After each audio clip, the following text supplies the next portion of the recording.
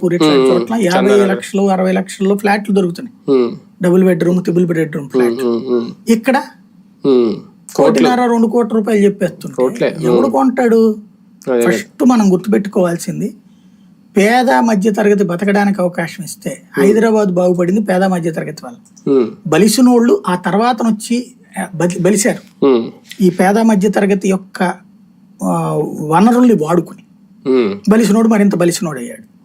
అంతేగాని పేద మధ్య తరగతి ఆంధ్ర నుంచి పోకపోతే హైదరాబాద్ వాళ్ళు థ్యాంక్స్ చెప్పాల్సింది ఆనాడు మన బెజవాడ రౌడీస్ అని, ఆనాడు మన ఏరియాలో ఫ్యాక్షనేస్ అని.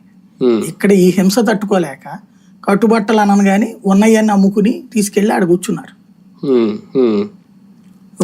మాజీ మంత్రి గారు ఆయన ఏరాస్ ప్రతాప్ రెడ్డి ఒకసారి ఆయన ఒకసారి చెప్పాడు, వాళ్ళ ఏరియాలో దగ్గర 100 ఎకరాలు 200 ఎకరాల ల్యాండ్ అక్కడ రాయలసీమ, అది మొత్తం అమ్మేసి ఆయన మన పంజాగుట్ట దగ్గర సాయిబాబా గుడి ఉంటది అక్కడ ఇల్లు కట్టించుకున్నాడు. 2 కోట్లు ఎంతో 3 కోట్లు పెట్టేసి.